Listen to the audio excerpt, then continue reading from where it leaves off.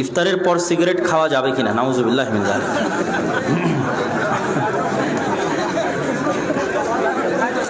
পুরো রমজান মাস বরকতময়, পুরো রমজান মাস বরকতময়। আর রমজানের এই 30টা দিন হচ্ছে পরীক্ষা।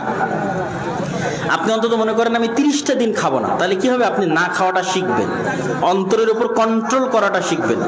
এই 30টা দিনও যদি আপনি কন্ট্রোল না করেন, তাহলে আর জীবনে কবে করবেন বলেন? এটা একটা প্রশিক্ষণ, মানুষের জন্য এটা একটা প্রশিক্ষণ যে তোমরা গুনাহ থেকে বিরত থাকাটা শিখো। রমজানের 30টা দিন প্রশিক্ষণ নাও আর গুনাহ থেকে বিরত থাকা শিখো। অতএব রমজানে জান প্রাণ দিয়ে প্রতিজ্ঞা করতে হবে যে রমজান মানে শয়তানের বিরুদ্ধে যুদ্ধ। আমাকে যদি আগে কেউ একটু স্মরণ করিয়ে দিত, আজকে রমজান সম্পর্কে আলোচনা করতাম, মনে ছিল না, ভুলে গেছিলাম। তো রমজান হচ্ছে শয়তানের বিরুদ্ধে যুদ্ধ।